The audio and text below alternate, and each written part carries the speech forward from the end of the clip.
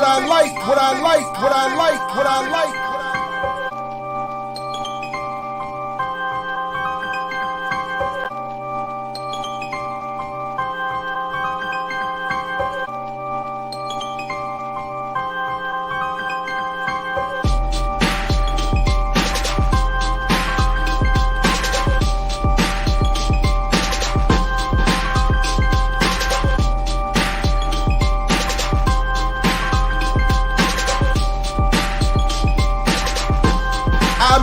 What I like, what I like, what I like, what I like. Yes, indeed. What's up, world? Welcome to another edition of I Mix What I Like Live. Again, I'm Jared Ball. Happy to be here. Welcome, of course, back to Black Power Media, our ever-expanding collective, bringing you some emancipatory journalistic media, boom bap breakfasts, and all that kind of good stuff. And a lot coming up. Again, I'm holding it down to the Remix Morning Show resumes its week, starting again tomorrow on Tuesday with our Monday mornings, 8 to 10 a.m. Eastern Time, all week long. And then I'll be back again on Friday with a very, very powerful edition of I Mix What I Like Live. We're going to get into the vaccine issue from the perspective of Black and brown radical community-based doctors, some trained in Cuba. All of whom are arguing from their personal experience and direct, intimate experience, both within all the related fields involving immunology, et cetera, and so forth, and internal, whatever the medicinal stuff. They'll clarify all that. But they're in these fields, in these hospitals, in our communities, and they're saying we need to be vaccinated. So we're going to make room for them to be heard and engage some of the conversation and debate around that whole issue. So please do come back on Friday for that one as well. My audio sounds muffled.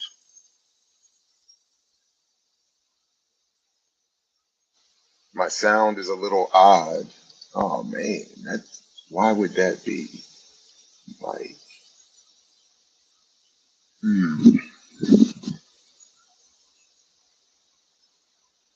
from an undisclosed location.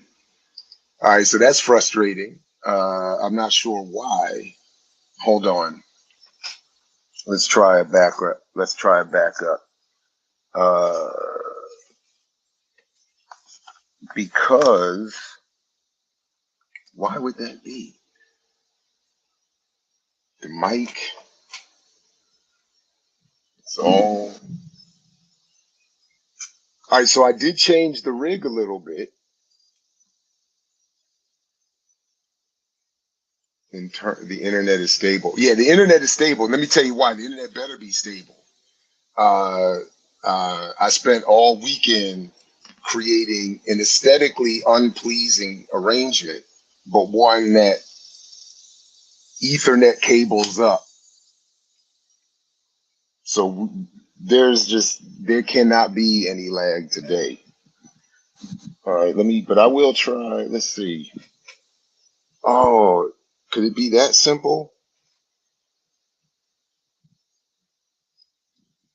Does this sound any better? Does it sound better when I'm right here? Get a cord. Bruh, I got a cord. Are you paying attention? I know the audio isn't working, Roz, elbow, but I got a cord. Didn't I just say that? Is the audio still no better? All right, hold on.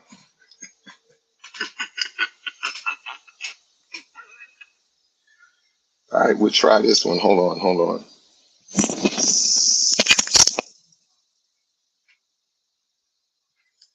Let's see.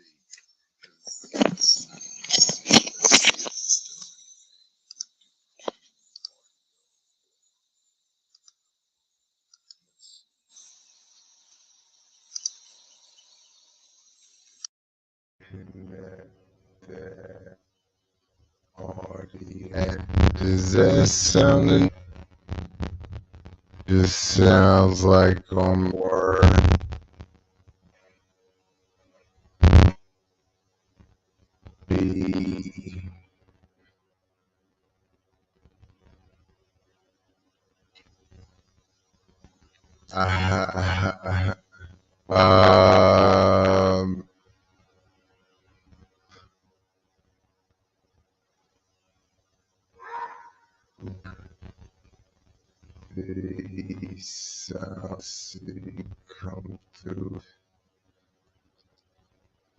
put this is looks like he says the source. No.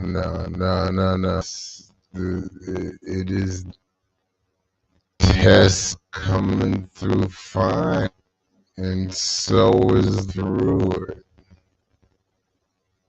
and that's why yeah, one issue straight, other one I'm not sure how to do what I just did now.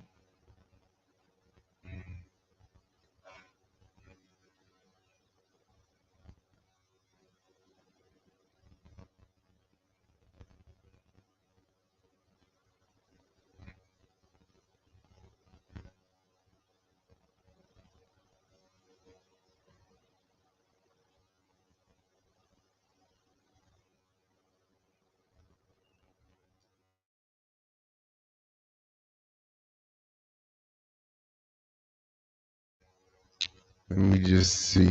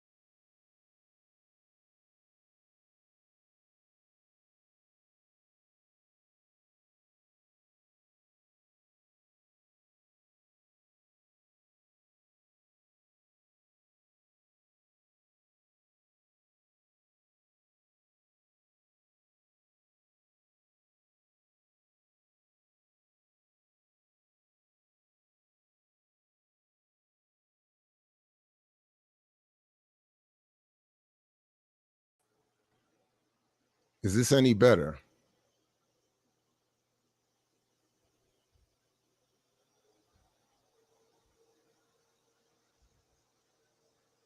Is this any better? That sounded like it was better, right?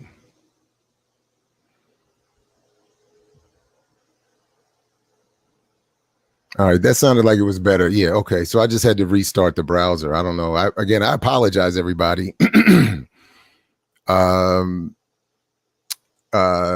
Quiet as kept. I take this pretty seriously. So I spend a good amount of time, hours before we even go live, prepping it. So I'm not sure what that was. I'm glad we got it straight. Like I said, I got the internet connection straight. So another issue was found. Anyway, let me restart by saying good morning, everybody.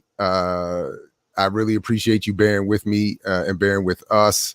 Again, I want to welcome you to I Mix What I Like live. And in fact, let me do something here. Let me do this. Let's just restart. Let me just restart so I can get back into the groove here now that we're straight. Hold on one second.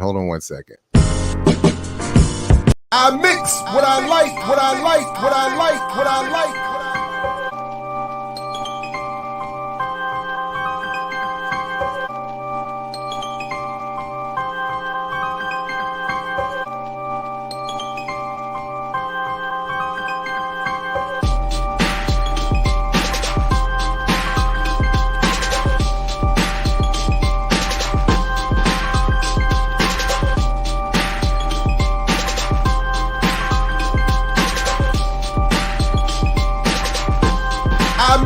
What I like, what I like, what I like, what I like.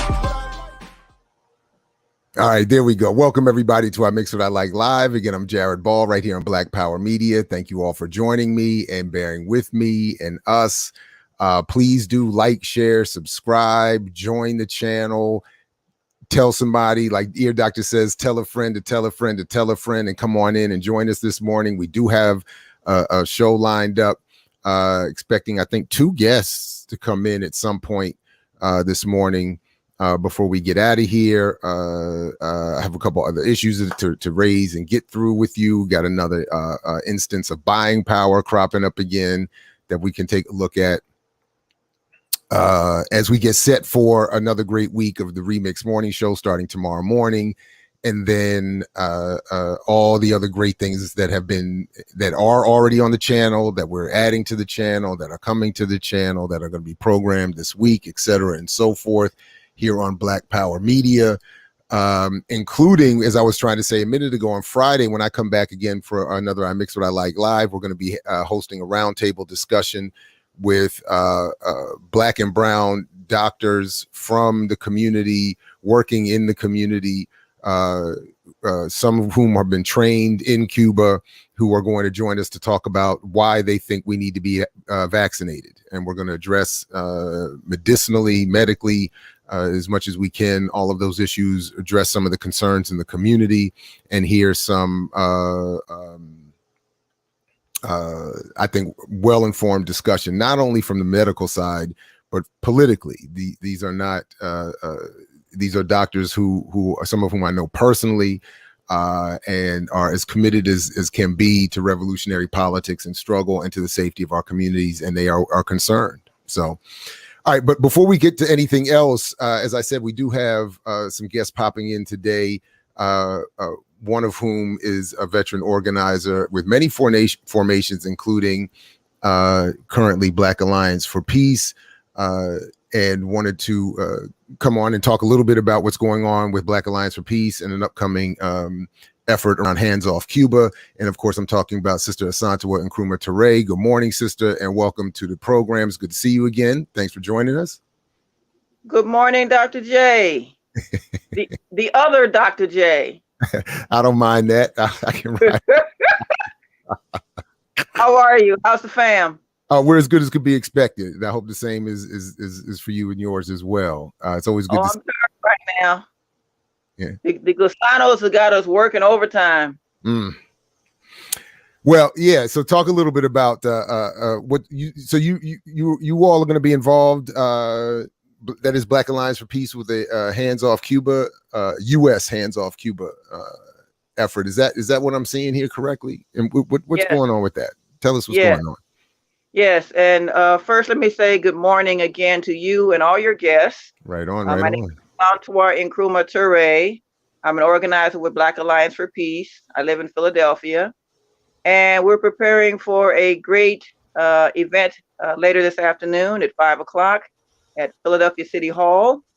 And we're preparing to say loudly and unapologetically to declare our solidarity with Cuba and to say end the blockade. So we have a coalition of us, the Philadelphia chapter of Black Alliance for Peace. We have the Party for Socialism and Liberation. We also have Workers' World Party. So we've done a lot of work in a matter of less than 2 weeks, actually, to put this together. We're very excited about it. We just want to again say, U.S. hands off Cuba, end the blockade. And additionally, we want to say hands off Assata Shakur.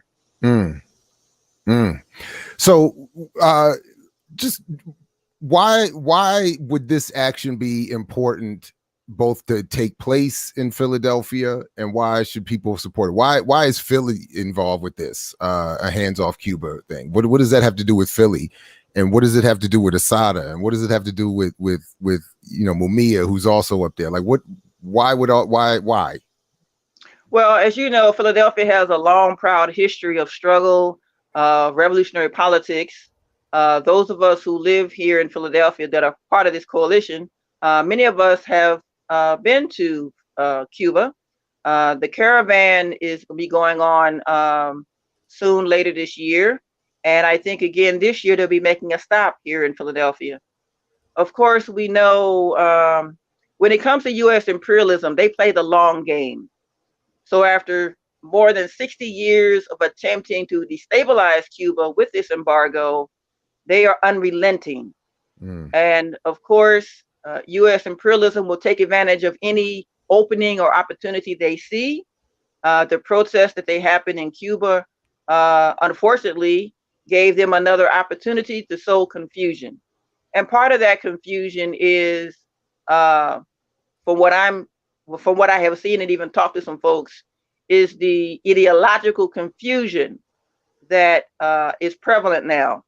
So, for example, we know we've always had gusanos. We've always had those who were treacherous to the Cuban Revolution. This time around, however, we've seen a lot more African people of African descent. Matter of fact, even some Afro-Cuban gusanos. I don't know where they came from. It's like they had them growing in a vacant lot somewhere and they just popped up. But they're out here too. Just real quick, when you say gusano, could you just what is meant by that real quick, if you don't mind? It means it's like worm or a sellout, an Uncle Tom, an Uncle Thomasina, someone who's very low and treacherous and cunning, and they slither around to cause confusion and try to destabilize countries. So, for example, for the 6 years that I've now lived in Philadelphia, we've had events, hands off Venezuela. Here come the Venezuelan gusanos, right? We've had events around Cuba. Few of those pop up. Now we're seeing so much other things going on that we're taking all the precautions and measures necessary to have a successful event and to make sure that the political message that we have, U.S. hands off Cuba, is heard loud and clear. Asantewa, I don't know exactly how much time you have, so let me know if I'm asking you to go too long here. But when there has been a long history since the revolution of at least some discussion of the shortcomings of the racial reconciliation component of that struggle.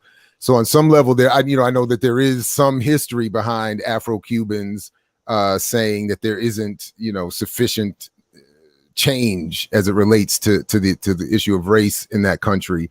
Could you just say a word or two about maybe a little bit about that context and certainly, and then maybe even a little bit about how it's been used to try to sow division among those who would support the revolution? That's a very good question, and that's the one that keeps popping up a lot, Dr. J. So, for example, you may remember I visited Cuba in 1992. I met Assata Shakur, our beloved and brave sister. Talked with many people in Cuba, young people, older people. Everyone acknowledged there is racism in Cuba. The Communist Party of Cuba has acknowledged there is racism in Cuba, even with Afro-Cuban members in the Communist Party of Cuba, even with Afro-Cuban members in the committees for the defense of the revolution. Everyone acknowledges the presence of racism, right? You cannot undo over 500 years of colonialism in Cuba with 60 years of a revolution. But they struggle with it like you do anything else.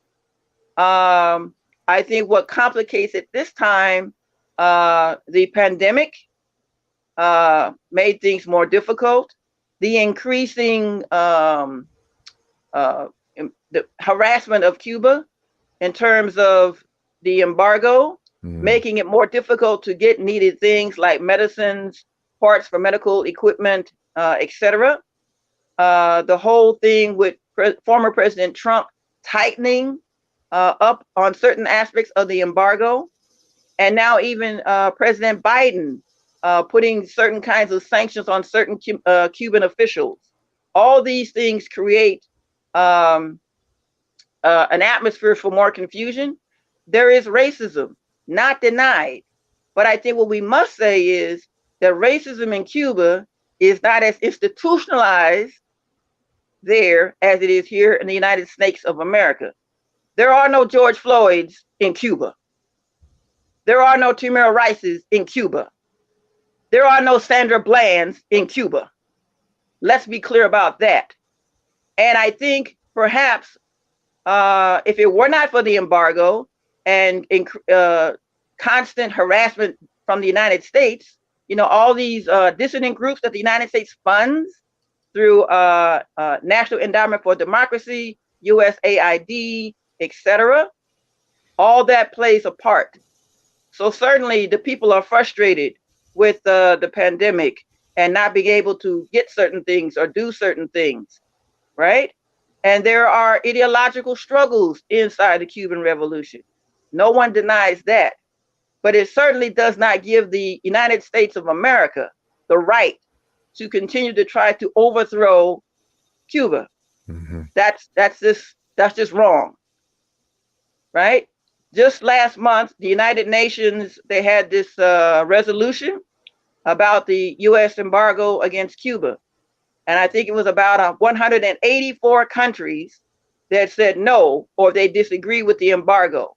Only 2 countries said yes.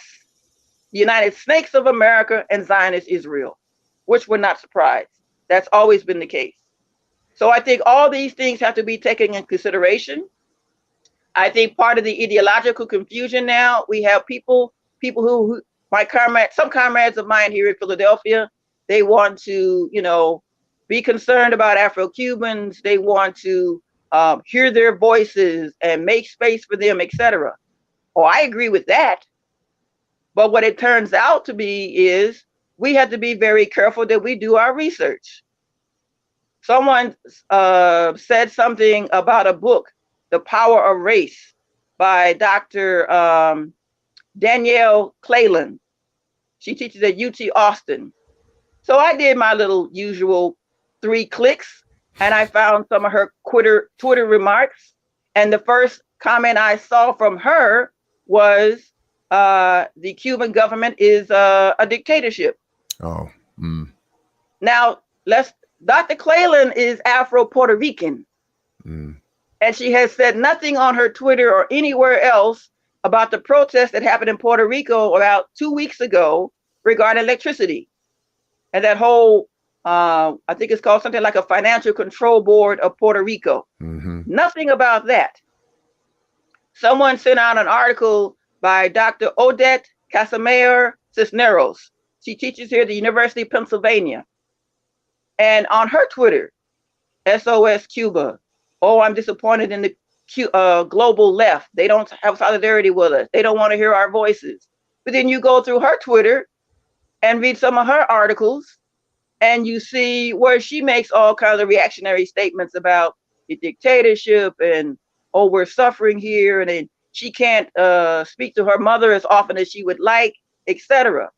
But nowhere in Dr. Cisneros' remarks does she say anything about the embargo. If she's concerned about her elderly mother and wanting the best for her, wanting to be able to talk to her regularly, then certainly she should know that the embargo makes it more difficult if her mother ever needed a medical procedure, some specific type of medicine, or something like that. If she needed that and could not get it, or could not get it in a timely fashion due to the U.S. embargo, why isn't she more part of an international campaign against the embargo? Right? Another young man who's Afro-Cuban, lives here in the United States. I believe he lives in New York City. Long story short, someone suggested him.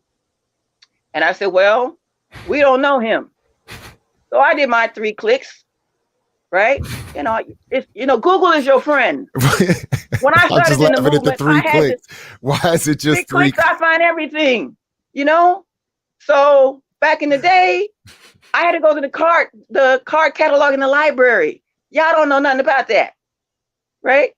So long story short, I find not the microfiche. It's not the microfiche. No, I had the microfiche too. Yes, yes, but that's another story.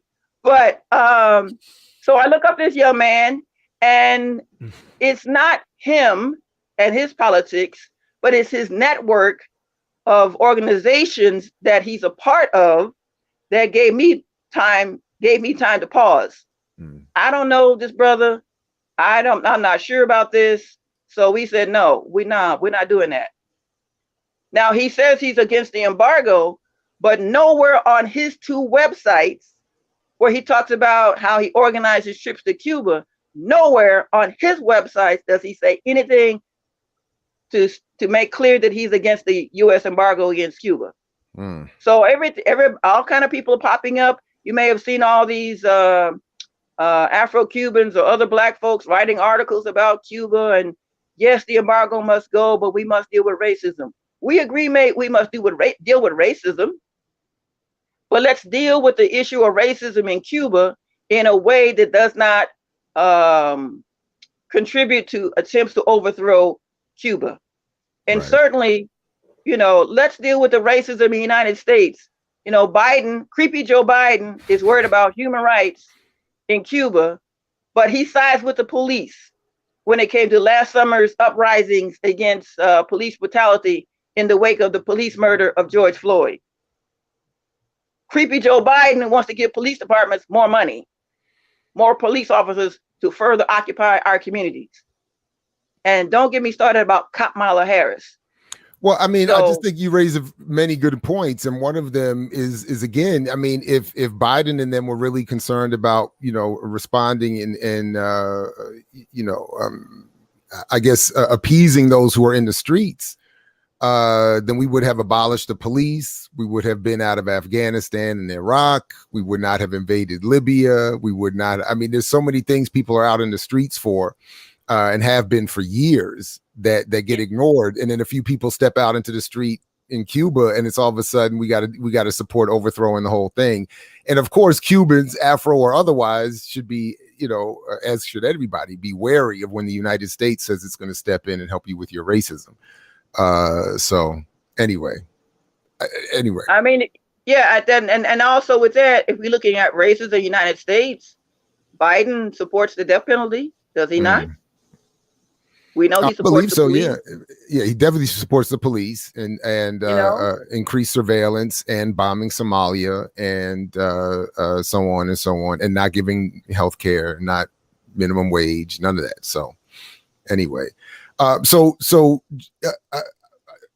take any time you want to say anything else, but I just want to make sure we hit again where everything is happening today, 5 p.m. Eastern time in Philly. Yes, 5 p.m. today in Philadelphia. We're going to meet on the north side of City Hall. We're going to have speakers and Cuban flags, the Cuban national anthem, music, and all kinds of other things. But let me also back up just a moment, Dr. J. Sure.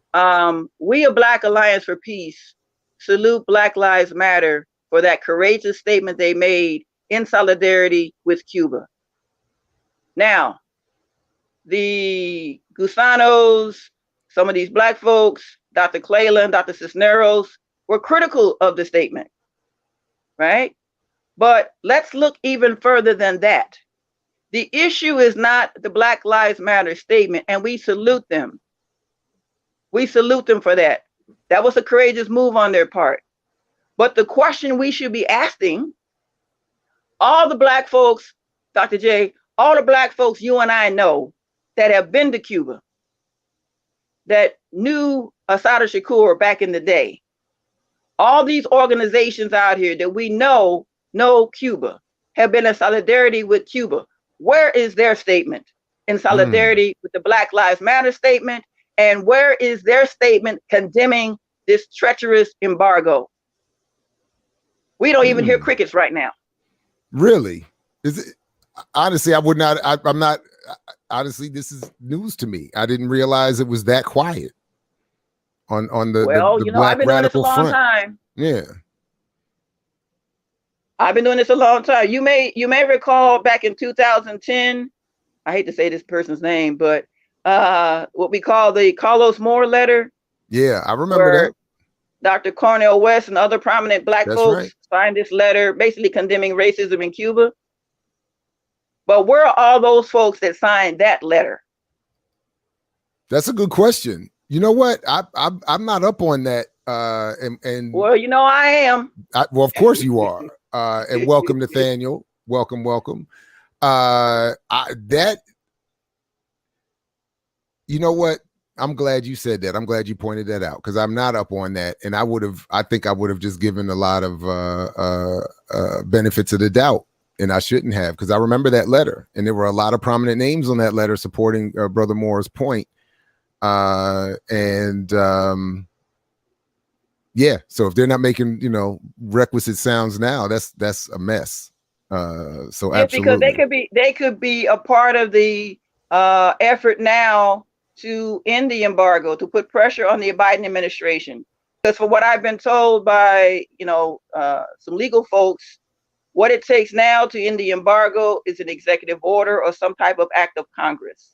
And just for clarity, Matt, we're talking about a letter from about 2010, I believe you were saying. Yes. I think it's something like that. Yeah, I don't know of any recent letter condemning racism in Cuba, but we're talking about this was those who signed that letter.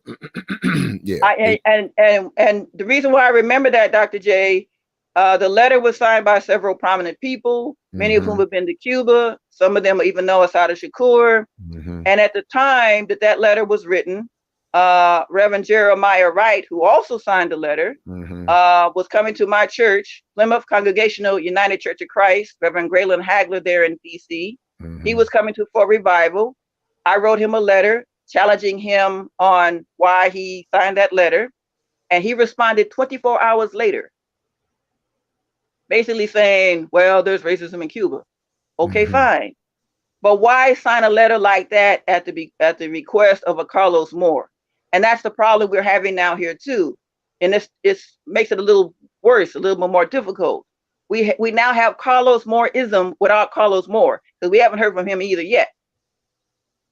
Right? You know, I seem to remember, I don't remember if it was West or not, but there were some people attached to that letter who later claimed that they had not signed it, were not really in support of it, were confused how their name ended up there. I do remember vaguely some backtracking, people trying to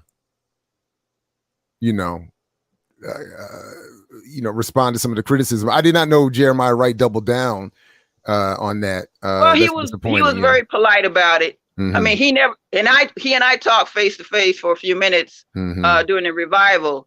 He never told me he was tricked or fooled or misled. He signed it. Yeah, and I have all the utmost respect for Reverend Jeremiah Wright, because that's my other preacher, right? Because if you think about the controversy around Reverend Wright a few years ago, Reverend Wright, that controversy was nonsense.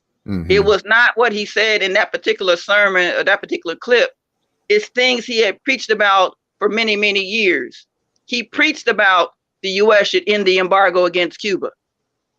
Find all these old tapes. He preached about we should be in solidarity with Palestine. What Israel is doing to the Palestinians is wrong. He preached about we should welcome our queer folks into our churches. He preached about that many times. Many times.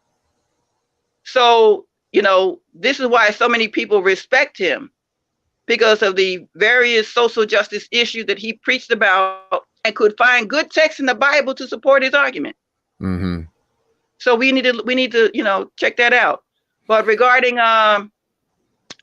this evening, again, it's 5 p.m., Philadelphia City Hall. We're going to have a rally, a march, speakers, music, like I said, the Cuban flag, the Cuban national anthem. We're going to have International and Jamaican Patois, some other movement songs. Yeah, you ought to hear International Jamaican Patois. It's fabulous. It's fabulous. So yes. Also too, Dr. J, another part of the confusion that's coming out, at least for some of these Afro-Cubans and other Black folks taking ridiculous positions, it's an ideological struggle against socialism. And some of these folks with all the kente cloth and all the mud cloth and dreadlocks down to their knees, change their name 5, 6, 7 times. They are quite reactionary when it comes to class struggle, and the issue of socialism. They want to be African, but they don't want to be an African and a socialist, pretty much. Well, like Fred Hampton said, if you against socialism, you're against yourself. But yeah, well, they skipped that part of Fred Hampton. Yeah. Look, I agree with you. I think there's absolutely an issue with class and socialism across the board, and I appreciate you raising that point, and I appreciate you bringing all this to our attention. And I look forward to hearing more about the event tonight. Is there, off the top, do you know of any, is there any plan for there to be coverage of this anywhere that we need to be aware of? We're working on that. We had some challenges organizing this and putting it all together. Mm-hmm. I know someone will be videotaping it. I'm not sure who. We also want to say that today is Monday, July 26th, the 68th anniversary of the beginning of the Cuban Revolution, when Fidel, Vilma Espin, the Afro-Cuban Victor Dreke Cruz. So they don't want to talk about those kind of Afro-Cubans. Victor Dreke Cruz, right? Who was with Fidel and the others when they launched the armed struggle aspect of the Cuban Revolution. People like that, they don't want to talk about. Mm-hmm. All the various Afro-Cubans who have been part of the revolution, members of the Communist Party of Cuba, members of the Federation of Cuban Women, members of Committees for the Defense of the Revolution, members of the youth organizations, the other organizations. All those Afro-Cubans are in Cuba as well. They also acknowledge there is racism in Cuba, but they are a part of a process to help eliminate racism in Cuba. For these folks who are complaining now about racism in Cuba, what organizing are they doing?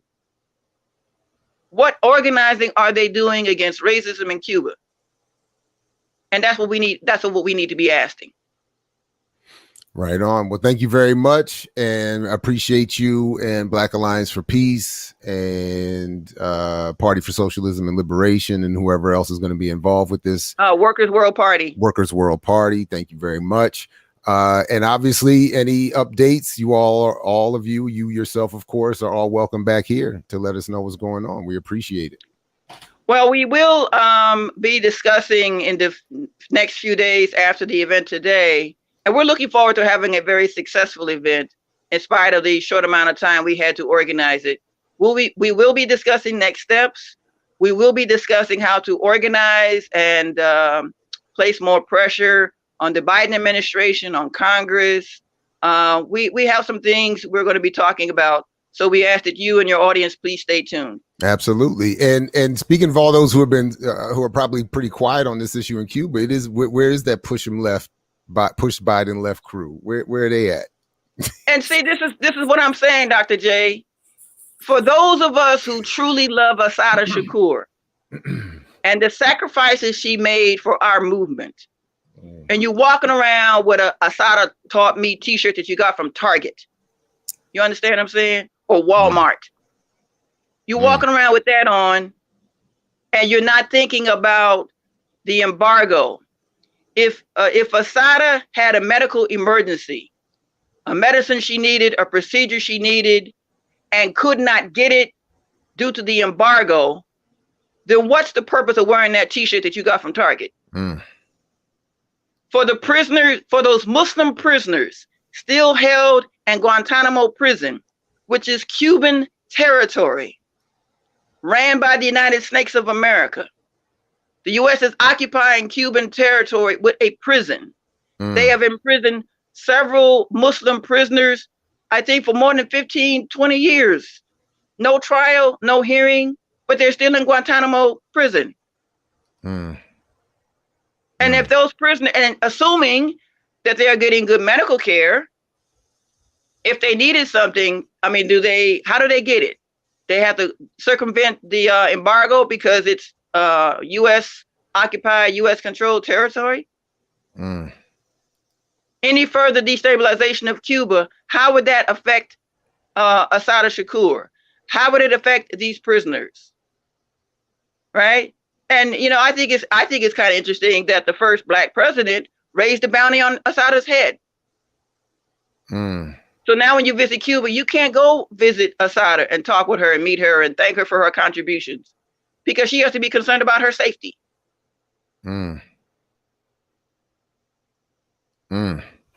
Yeah, we need to think about some things. Yeah, right on. Absolutely. I love that context for sure. Definitely appreciate that. But I'm sure, you know, Asada will fare well in a capitalist restructure of the of the Cuban economy. I don't understand what the issue is. A little market-based free marketism. I'm sure she'll be free. Anyway, anytime, Sister Asantewa, we appreciate you. You got jokes. You got jokes. I'm just trying to reconcile what the TV tells me every day before I come on here. So I appreciate. Got you. No, I appreciate you. Anytime. Good luck tonight. And we all obviously here at BPM ready to support and happy to support. So I appreciate you coming through anytime. Yes, and again, thank you for allowing me to say these things. Thank your audience for listening. I would just encourage your audience to let me just say real quickly. Sure. One of the things we're going to focus on tonight are the various movements and countries that Cuba has shown solidarity with. So we'll be talking about Cuba and Mexico and other countries of Latin America, because you know Mexico just took a large amount of medicines and syringes to Cuba. You know, we thank Mexico for that. We're going to be talking about Cuba's solidarity with Palestine, right? We're going to be talking about Cuba's solidarity with different African countries, such as Angola, etc. We'll be talking about Cuba's solidarity with Haiti that has been going on for many years. We'll be talking about the medical assistance Cuba provided to Haiti after the earthquake. We're going to be talking about Cuba's medical missions and throughout Latin America and Africa, other parts of the world, right? We're going to be talking about the Latin American School of Medicine in Cuba and how young people from all over the world, including the United States, go to medical school there, and it's for free. And the only requirement is you go back to your community and serve your community. Right? We're going to be talking about all these different aspects of Cuba's solidarity. So we look forward to that. Right on. Thank you again. Appreciate you. And like I said, anytime, we're happy to get more. So thanks. All right. Well, thank you very much. Have a good day. And thanks again to all your listeners. Likewise. Peace to you, Asantewa. Thank you very much to Asantewa and Nkrumah-Ture. Thanks to Black Alliance for Peace, PSL, Workers' World Party, and all those putting that event on 5 p.m. tonight up there in Philly in support of the Cuban Revolution and all other forms of radical solidarity. I just heard from my other proposed guest. He is on his way, and that is Syler Williams. And we're going to talk a little bit about the Six Nations land back fight that's happening above what Malcolm X said was the real Mason-Dixon line, the Canadian border. So please do stick around for that. And in fact, let me take a quick reset here and we'll get into a couple of other things, including, as I said, the six nations and related issues in just a minute. Don't go anywhere. Much more coming up, but I mix what I like. I mix what I like, what I like, what I like, what I like.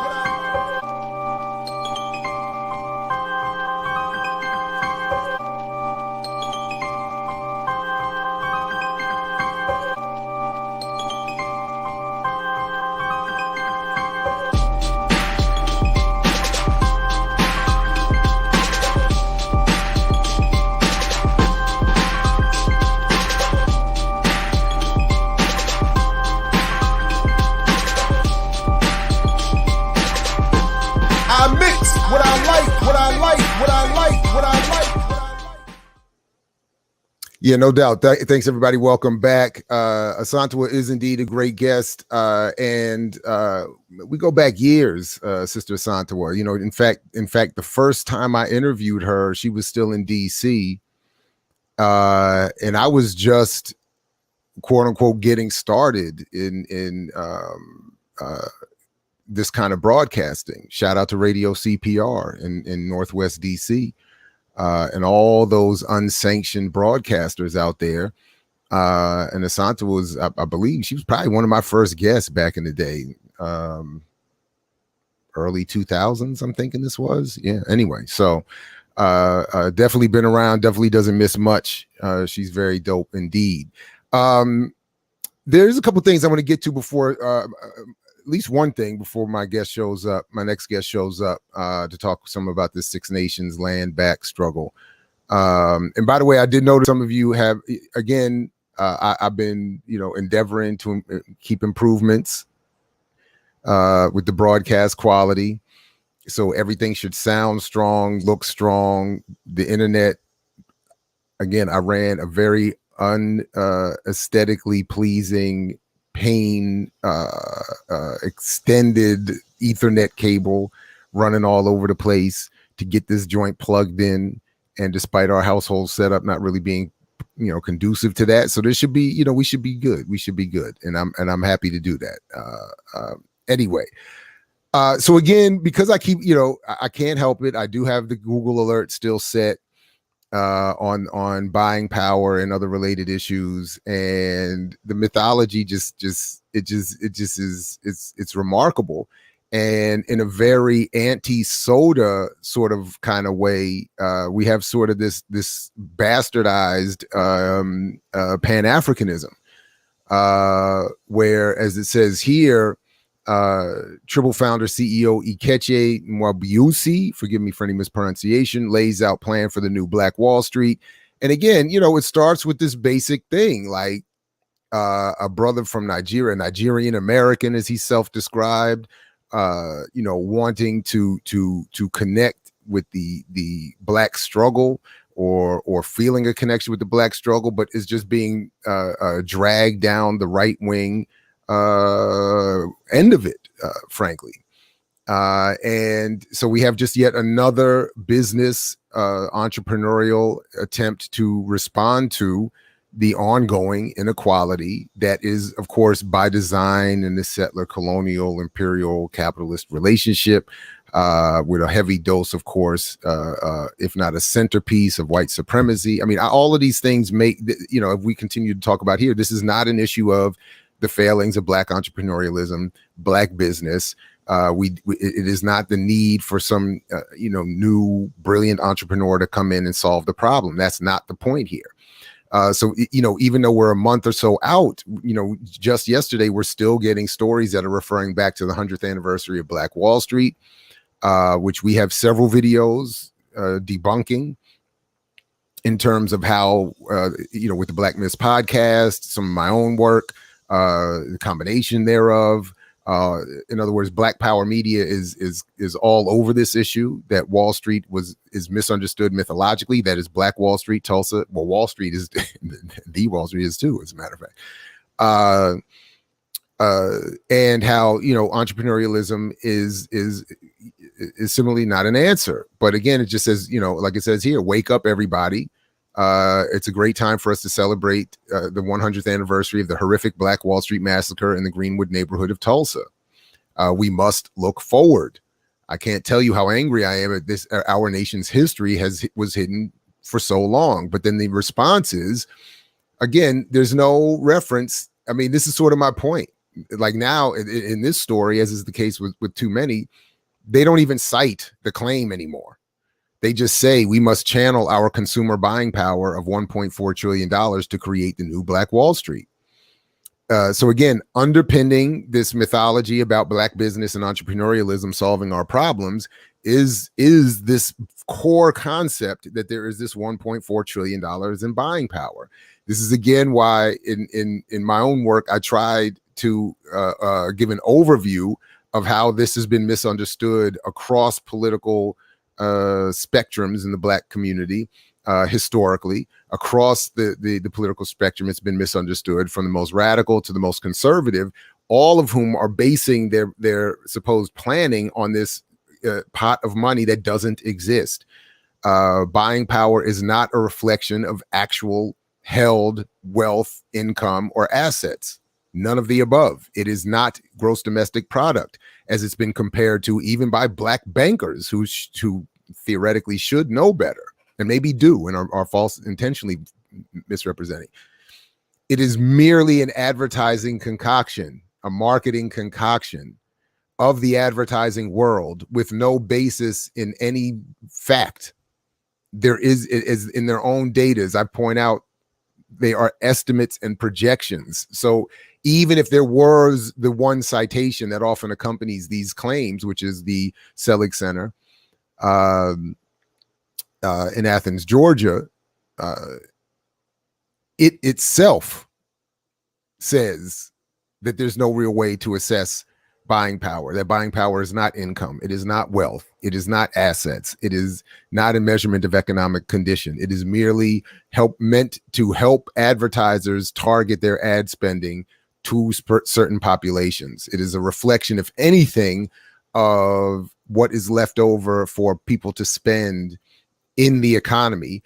And it is recognized that this expenditure in the broader economy is necessary. It is part of what is comprised of the 70% of this country's GDP, which is consumption. So it is not a measure, but we keep having it reflected back to us as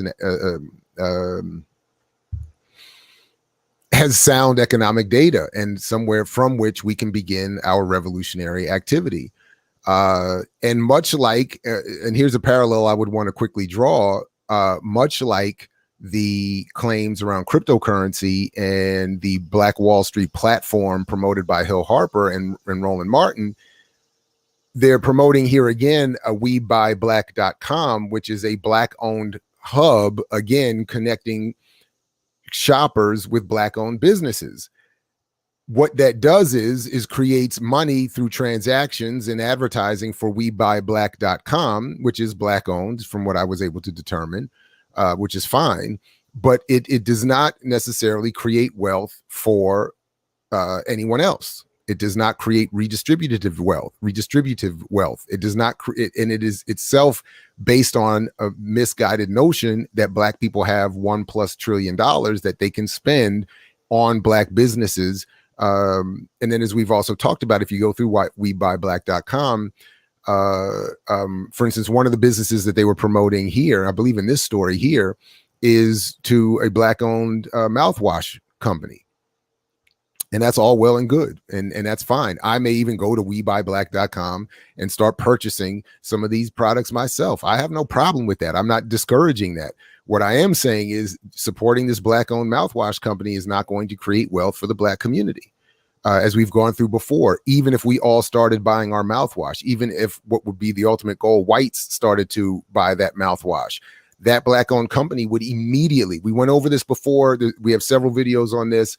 I've talked a lot about this, where we talked earlier about a Black puzzle maker who admitted, once there was all this post George Floyd support for Black-owned business, that he was not able to scale up to provide. He did not have the capital investment to expand, for instance, a factory, or to buy a factory, expand a factory floor, hire more employees, to build more puzzles to satisfy the uptick. The same thing would happen with this mouthwash. Even were we all in then it would immediately become an issue of this mouthwash company, this Black-owned mouthwash company, likely having to become less Black-owned through outside investment to raise the capital necessary to expand to satisfy the business demand. And again, at the end of the day, all that would be happening is the growth of one business, which we've already shown is not a mechanism for satisfying the racial wealth divide in this country. The white wealth that exists for white communities or anyone else, never mind the class divisions they have, was not generated by the development of small business and the redistribution and the trickle-down effect of expanding business. Even with the biggest businesses in the world, Alphabet, Google, Walmart, Amazon, even with the big businesses in the world, what did Jeff Bezos say the other day? He admitted it. All that did was create this tremendous this wealth for this one billionaire who could send himself up and a few of his selected favorites up into space. That's why Bezos was thanking all of the employees and all of the customers at Amazon, because it created wealth for him that he could use to satisfy this fantasy for him and his class and his race. So even for white people in a white supremacist, white settler, European offshoot, it has not solved their inequalities. Look at the food lines right now all over the country. Look at the homeless all over the country. Even where I live in a certainly relatively affluent part of Maryland in Howard County, increasingly everywhere we go, we see white homeless people on corners, under tents, so never mind the black and brown.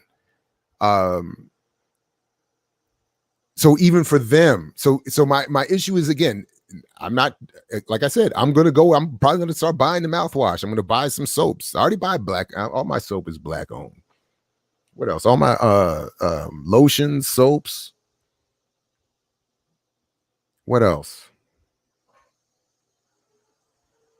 My beard, what do they call it? Trying to work out something with Melanin Apparel, trying to work out something with Uncle Nearest. Like I'm all, let's support black owned. I'm with you. I love my black owned soaps. But it doesn't help collectively. I mean, that's really my issue here, as is always the case with this kind of stuff here. We're constantly being told that this is about group economics, and Black Wall Street inspires us to retrain our community with a community first mentality. I mean, all of this kind of stuff. It's truly unfortunate. All right. Anyway, so that was just that on that. The other thing I thought that we could go over a little bit while we wait on my next guest is the fact that, well, actually, there was one other thing too. So yesterday, I did mean to bring this up real quick too. So I got a little, I'm a little bit, almost forgot here.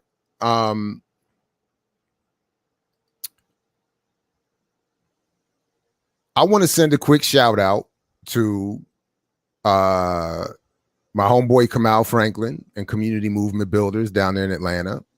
My homegirl, Dr. CBS, Sharice Burden-Stelly. The PSL, Party for Socialism and Liberation. Black Alliance for Peace. Who else? Us at BPM. Anyone who was involved in any kind of way in supporting what went on down there on Friday. And I don't want to get into too much. I put in the description to this video, the interview that I did some months ago with Shupavu wa Kirima, the wife of Kevin Rashid Johnson, which took place after a little bit of that's not the right word, confusion created by this same character that was heavily involved in the nonsense this over this weekend and some other things. So I'll leave that there for some context behind that. But what I think really is clear is that we need, again, more organization. I think we need to be better in communication with each other across these organizations. And I'll leave it there. I think I'll just leave it there.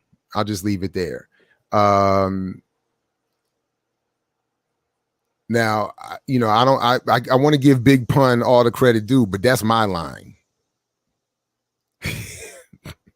Anyway, but I find it interesting the amount of energy some in the supposed radical wings of our struggle seem to have for only those of us in those same radical wings of that same struggle, and seem oddly quiet when it comes to certainly direct confrontation with what would be the actual cause of all these issues. So I think this has always been an issue in this so-called movement and in this struggle.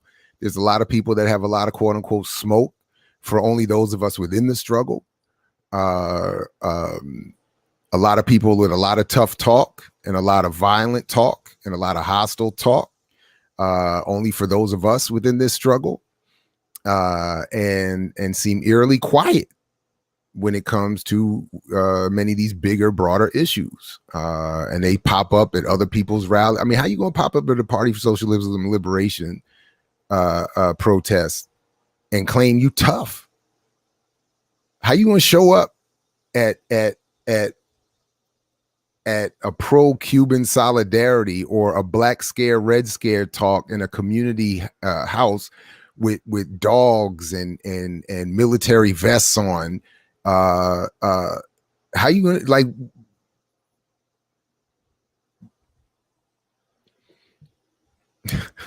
what is that? Anyway, I'll come back to that and I'll come back to some other things, but I don't want to waste the time of my next guest because from what I understand, and I admit I'm still learning a lot, I got put in touch with him through Barrett Brown, who we've interviewed a number of times here around this struggle. So I will let him carry the weight of explaining this, but it seems to me from what I understand, this is somebody who represents a group of people who have seemingly an appropriate focus for their rage and their justifiable anger at the conditions imposed through colonialism and the theft of land and genocide. I don't see, from what I've seen in looking up the work of Syler Williams and those of the Six Nations, I don't see them rolling up on other colonized populations trying to struggle for these things and beef with them. I see them confronting in a very different way. So, but I'm gonna let the man speak for himself. Syler, welcome to the program. Syler Williams, among many other things, comes out of the Six Nations community, or what is being described as the Six Nations community in Brantford, Ontario. Again, in above the what Malcolm X called the real Mason-Dixon line, the Canadian border. But as I think Syler points out, that Mason-Dixon line may be really be pushed even farther north, given what you're experiencing. So, Syler, welcome to the program. I appreciate you jumping on. Please, if you would, give us a little bit of background about who you are, what your struggle is, and what you and yours are up to and trying to get the word out about. How you doing? Glad to be here. Good as could be expected. Thanks. Happy to have you on. Good morning. Yeah, I'm from Six Nations. I'm Mohawk, from Mohawk Nation, the reserve here. The name of the reserve is Six Nations. We've been holding it down at Landback Lane now for the last year, just over a year. I think we're on like day 375 now. And, I've faced numerous attempts by the provincial police, similar to the state police in the U.S., have been coming down, shooting rubber bullets at people. There's been people tasered and dragged off our lands, but, our people have stayed here and, are continuing to stay here and build and grow. We've got gardens going in and orchards going in. This last year, there's been quite a few kind of lines in the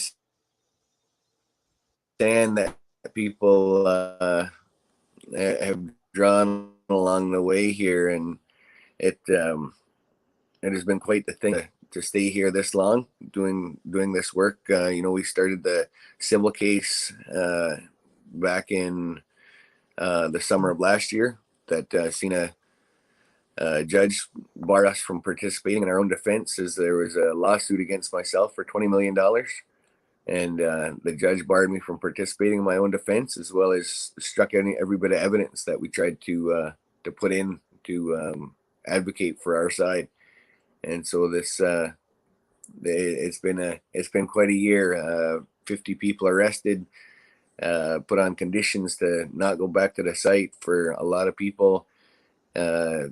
I think we've got about 2/3 of those people have had all their charges withdrawn. Like, the idea is just to put as many conditions on people to not go back to the site, so that they can try to put down Indigenous resistance to land stuff. And so, like, this is Yeah, no, I was trying to pull up here because I wanted to give on. Sorry. No, please. I think we had a little lag or some freeze. I wanted to I was trying to pull this up here so that I could we could add a little bit of context, because I wanted to first, if we could, I'm just trying to show this picture here of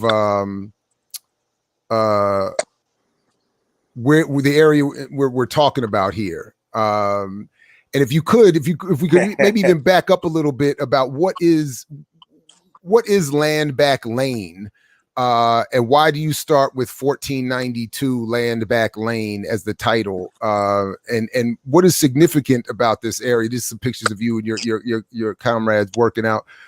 But if you could just talk a little bit about what are the origins of this so-called reserve, of the lane itself, of this particular territory, and why, and maybe just add a little context to why you all are still struggling for it. Yeah, no, 1785, there was the Haldeman Proclamation, and this was a land deed that was given to Six Nations people for our allyship to the British Crown at the time. And so when our people aligned ourselves with the Brits, we lost our homelands in New York State. And so when we came to Canada after the Revolution, we came here, and as we got here, there was a lot of settlers settling up and down the Grand River, and so our people immediately began to advocate for and push back against that settler encroachment, and from the early 1800s right up until the 1900s. But with the War of 1812 kind of looming, the Brits here in Canada had some concerns about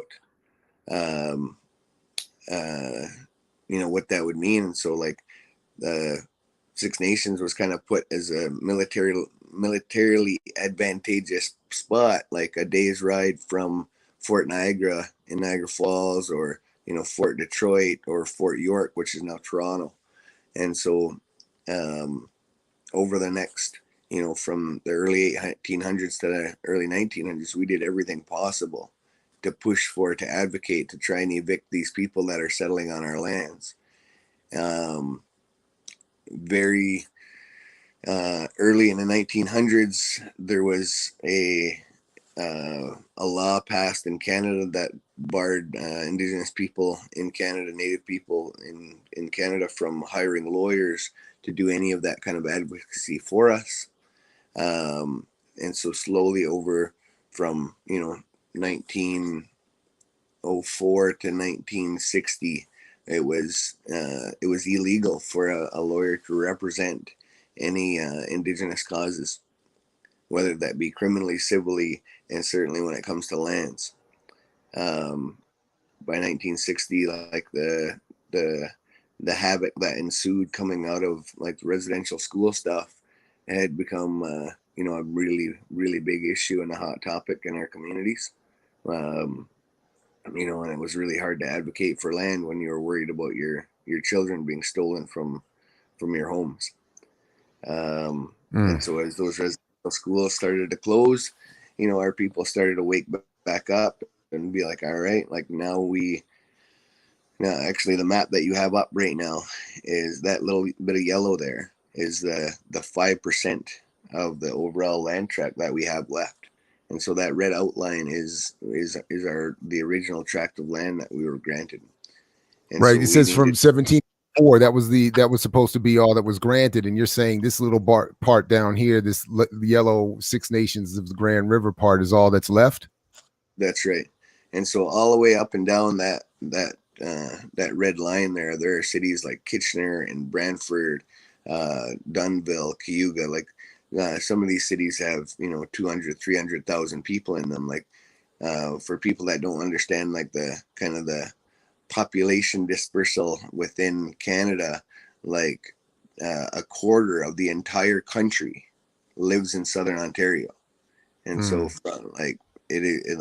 everybody in the entire country, a quarter of it, Like Canada's a huge place, and a quarter of that population lives just in that little spot there. And so to say that this is a lucrative bit of real estate is is a bit of an understatement.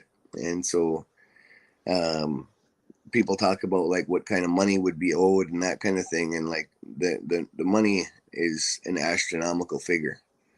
And but when we're talking about like how do we, it's hard, because the only places, like, we're not asking for anything different than any other city, any other town across, all of US, Canada. Like, we want the same things. We want to be able to grow and thrive as communities.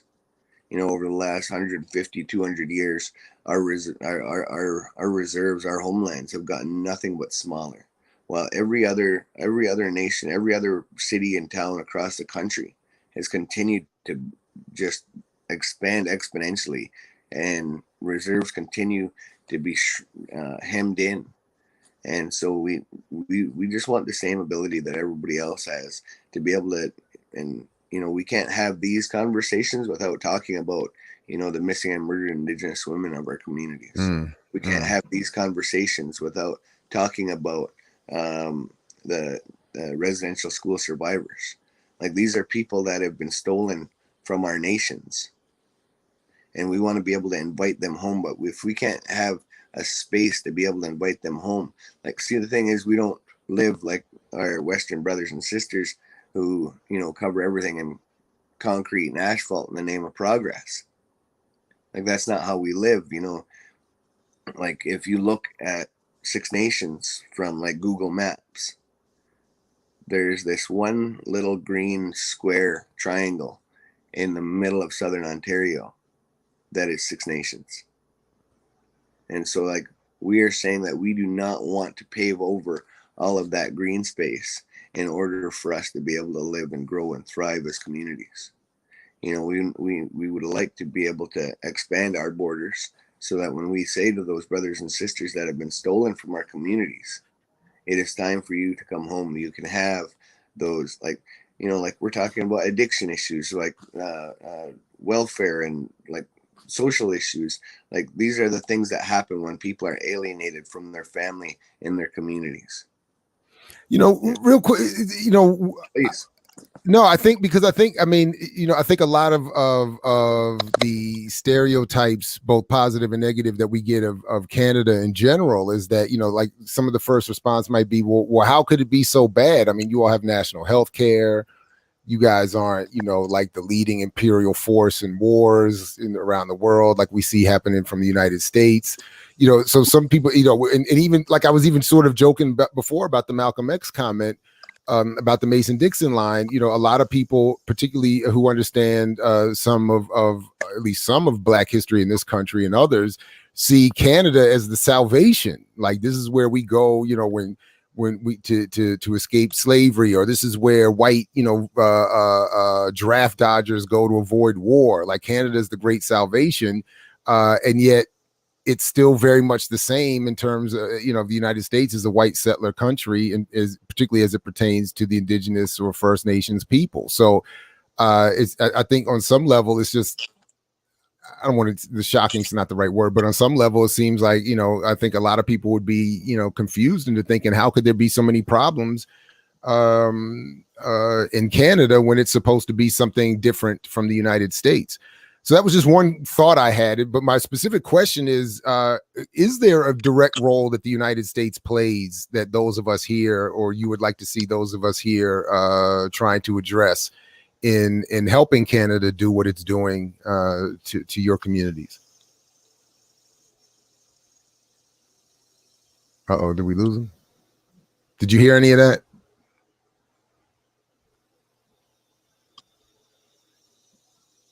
Uh-oh.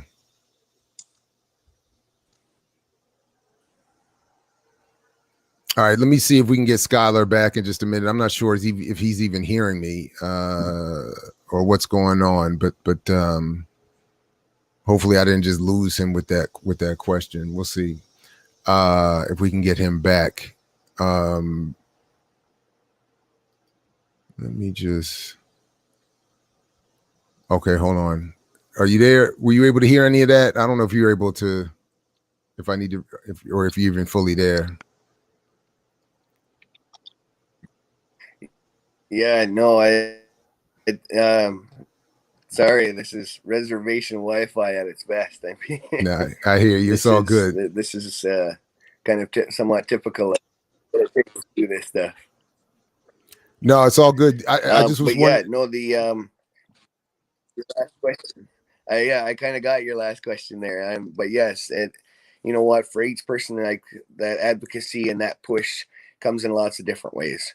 You know what? And for a lot of folks, like to continue that have continued to support the camp and you know, us being on the land for this last year, like like we've built little tiny homes there. We've, you know, like this, when the cops raided the last time, that seen trenches dug across highways and roads and railways torn up, and you know, like heavy machinery was brought in to make sure that our stand was respected. And so the last time our people got shot at, like was a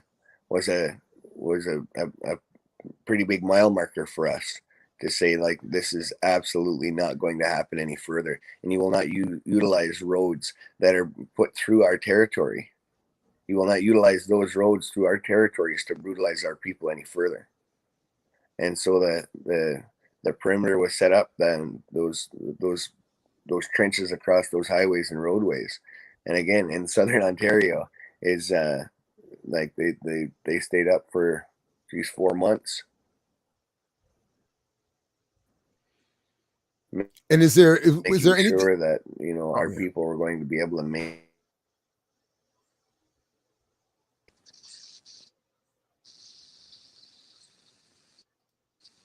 that's yeah, sorry, man.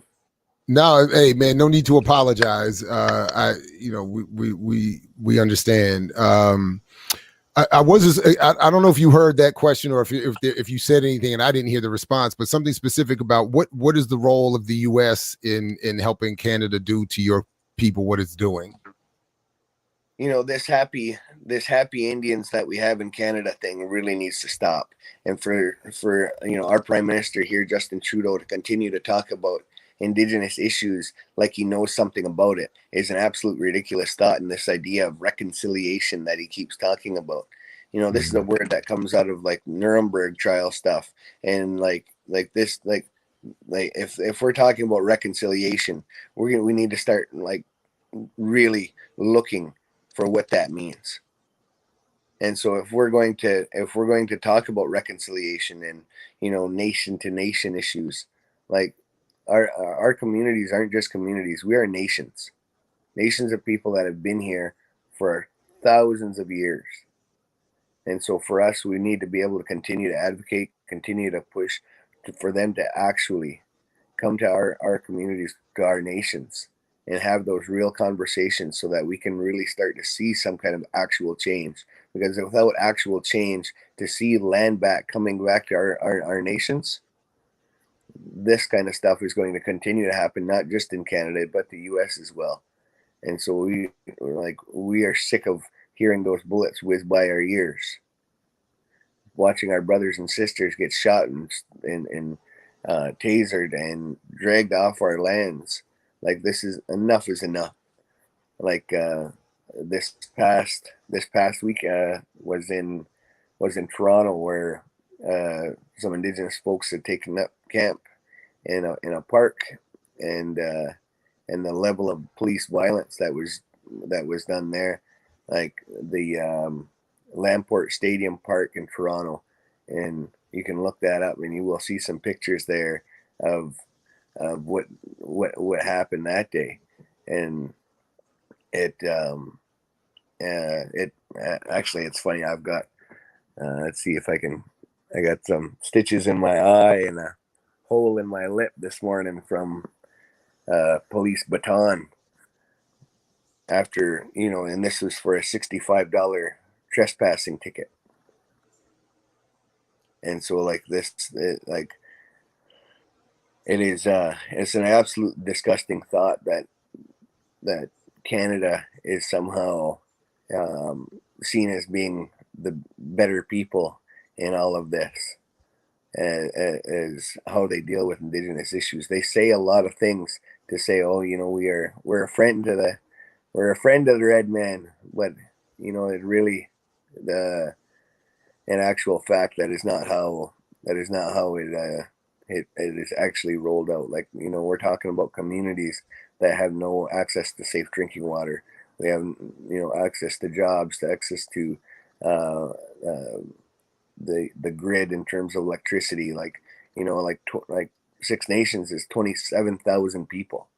It is the most populous reserve in all of North America, and yet here we are with, you know, no running water in homes. We don't have like public water. Where, like, it is an absolute ridiculous thought that we're continuing to live in these third world conditions and like I said, in Southern Ontario. It is absolutely ridiculous that there is any place in Southern Ontario that doesn't have access to clean drinking water.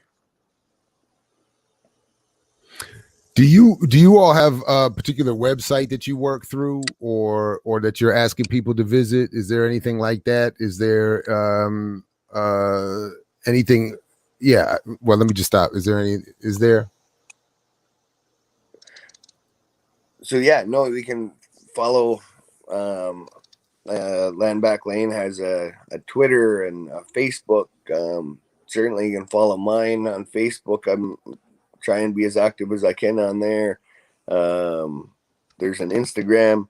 But yeah, no, for like all of kind of the updates and stuff,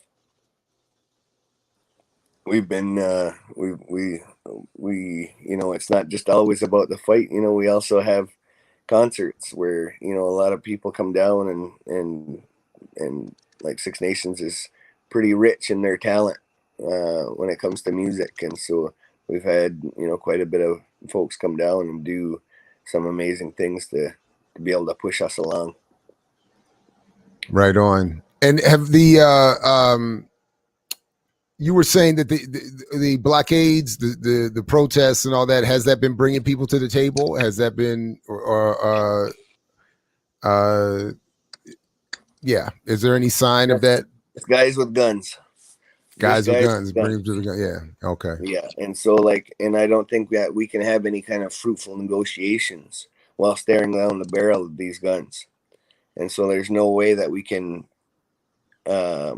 trust that there's going to be any kind of movement forward in a way that's going to, you know, like, that's going to see our voices heard. And I really don't think that, you know, our nations here have said that,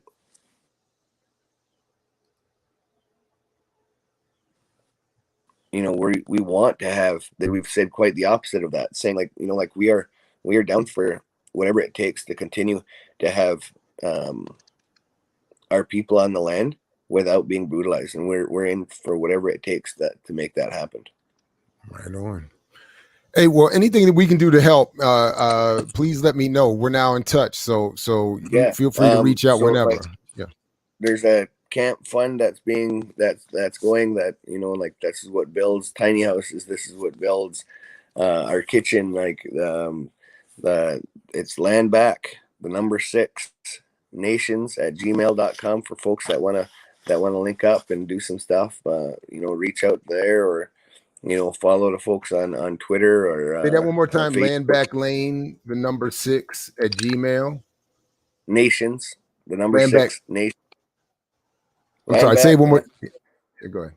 Nations at gmail.com. Land Back 6 Nations at gmail.com. At gmail. I just want to make sure I got it right to put it up, so people can. And you said there's a fund connected to that? Yeah, absolutely. Yeah. Okay. Just like that. Perfect. And you're saying this is a GoFundMe situation? Is that what you're saying? There is a GoFundMe. There is a GoFundMe for the criminal and civil defense team. And you can just look us up on GoFundMe there, and it'll pop up 1492 Landback Lane, and it'll pop up right away. And so yeah, I think we're up to just shy of $500,000 that we've been able to raise, and so far we've spent that getting those 2/3 of people off the charges. I mean, there was some dug up roads and railways and the like, and so it has been an expensive process, but so far they've been withdrawing all the charges against, like I say, about 2/3 of those people. I think there's only a dozen of us left, including myself, that they're seeking a bit more. All right, well, at least shared the links, and like I said, man, whatever, we'll continue to try to support. I appreciate you coming through and sharing some of this, and anytime, just please be in touch. Right on. I appreciate that very much. All right, well, take care, my man. Stay safe. Good luck to you and yours. We'll check back in. Appreciate you. Absolutely. Have a good day, all guys. Right, peace. You too. All right, everybody. Appreciate big shout out to Syler Williams and the Six Nations folks for their work, and I appreciate him coming through. And shout out to Barrett Brown for putting us in touch. Definitely appreciate that. Yeah, that's funny. A couple of things just quickly before we wrap up for me this morning. I want to come back to just one thing here. I see I missed some of the chat regarding the struggle over this past weekend. I'll come back and check some of that later, or if there's something in particular that I'm happy to have somebody raise it up again. But just on a slight side note, this came up for me the other day, and I just shared this, and I want to add a little context and try to make a broader point beyond my self-righteous pettiness. So I got this text from a friend of mine, an old friend, former friend, I don't know now, but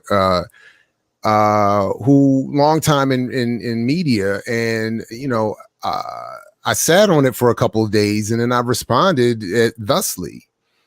And my point was and is, I admit frustration over a lot of folks that that I know and have worked with and have supported who are not either willing or able, and I acknowledge the able part of this, to offer up some reciprocity.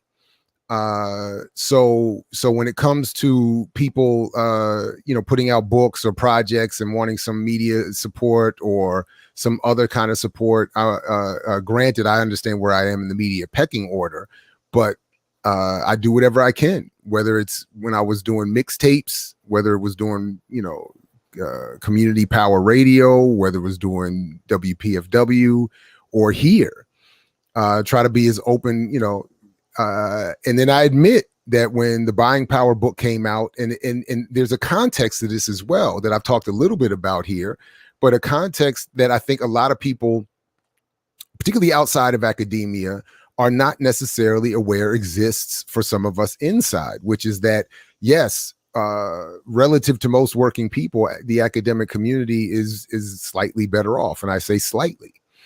But even within that context, there are often those of us who find ourselves in hostile situations where if we do some work, any level of media attention ultimately ends up helping us. So it's not just about the work itself. And yes, I wanted the Buying Power book to get as much coverage as possible, obviously.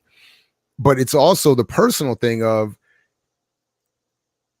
you may not realize this, but simply giving somebody an interview, even in a smaller media venue, may give them some sort of political cover, for lack of a better way of putting it, within their workplace. And when you don't do it for whatever reason, it can be frustrating. So, there are situations where within the workplace, people use or misuse the work that people are or are not doing to against others. So if there are people that I reached out to, people I've worked with and have known and supported, and I thought were friends for a long time. And I said, look, this book is out. I need an interview. I asked one brother, could you review the book? Just write a review. I don't care what you say. In fact, I said to him, I want you, because I know your intellect and your politics, that if you find flaws in the book, even if you write them and explain them, it will be all to the good. Like I was actually, I know it's not easy to be critical of people you're friends with or whatever, but I was saying, if that's what you were, if in other words, if that was what was holding you up, in other words, if you didn't want to write a praise song for a book you weren't really feeling just because we're friends, I was trying to give room. Like, I just need you to say something. And because of your politics and your background and your situation within this struggle, anything you say within the audience I'm trying to reach, again, I'm not trying to be famous. I'm trying to have a positive impact within a certain struggle, a certain public sphere of Black radical politics. So I was saying to him, if you say something in that space, it will mean something. Even if you're saying Jared didn't get it right. He didn't do anything, didn't say a word. To this day, hasn't said a word. And I'm tight about it. So when I got this text and, out of the blue, you're killing it on BPM, I'm like, yeah.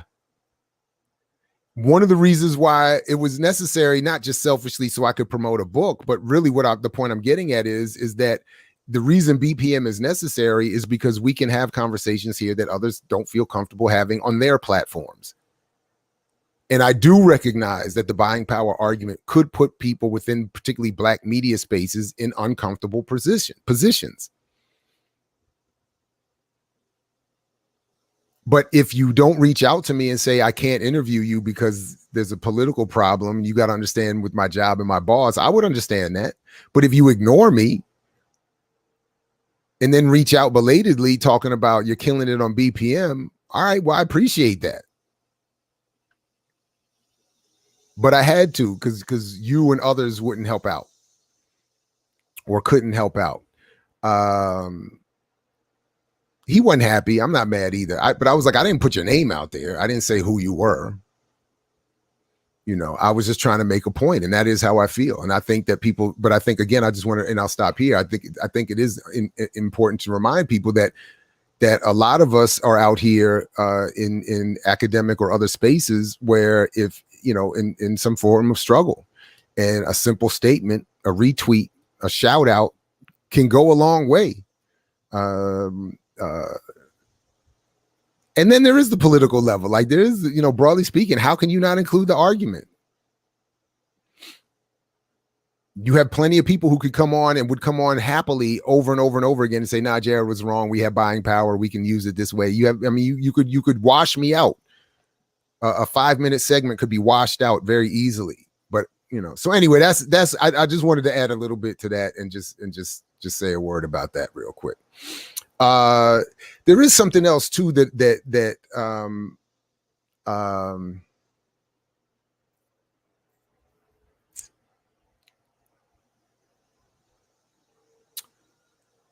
I mentioned this the other day too. I had found, or actually my wife found,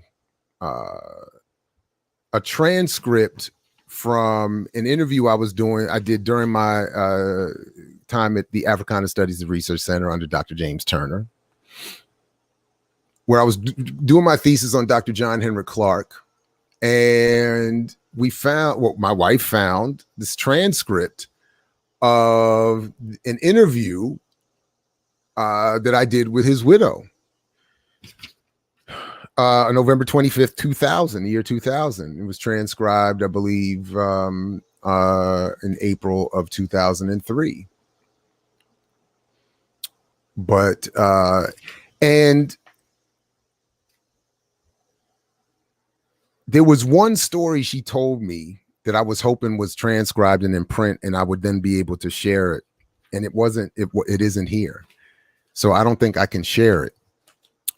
So I won't, but I will tease the fact that there is a juicy, juicy, juicy, juicy story that she told me And I don't mean juicy and like scandalous. I don't want people's imagination. What I was saying is really a political story and a threat to the life of John Henrik Clarke. You know what? I'll say it this way, because it goes to the point I was making earlier about the people within the broader Black liberation struggle, as it's called, who seem to only have smoke for those within the community.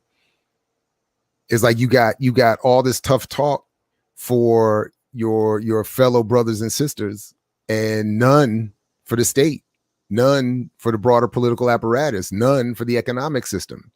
In fact, the story that I can't share here, because I think it must have been told to me off the record, involves people who would be critical of Dr. Clarke for promoting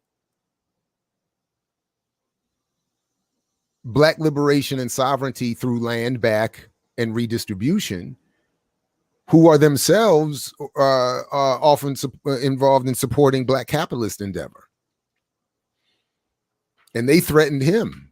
And I'm like, well, but we don't ever hear about you going, so what was that?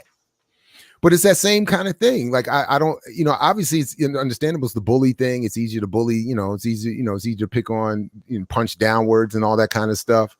But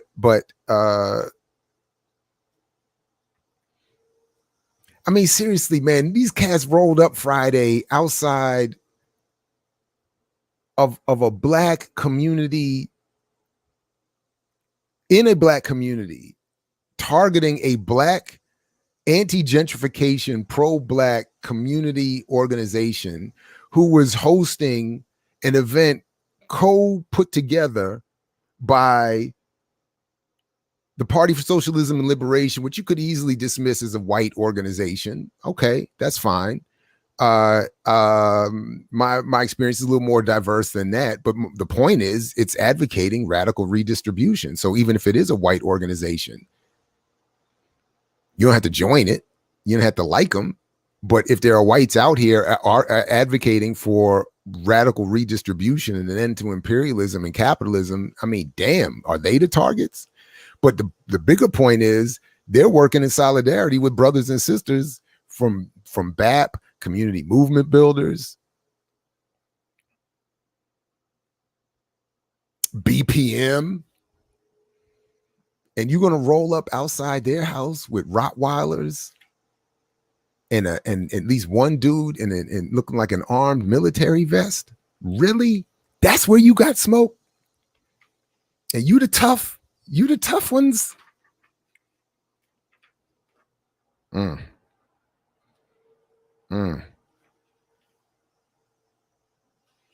the ones that are going to end the colonialism and get the land back by what? By first what? Attacking the Black and brown people who are on that land? That's the move. It's a lot of, that was deep. That was deep. But it was similar to what Miss Sybil Williams Clarke was telling me about Dr. Clarke that day. That this group was talking about they was going to come at him as if he had caused. So our analysis, we don't agree in our analysis.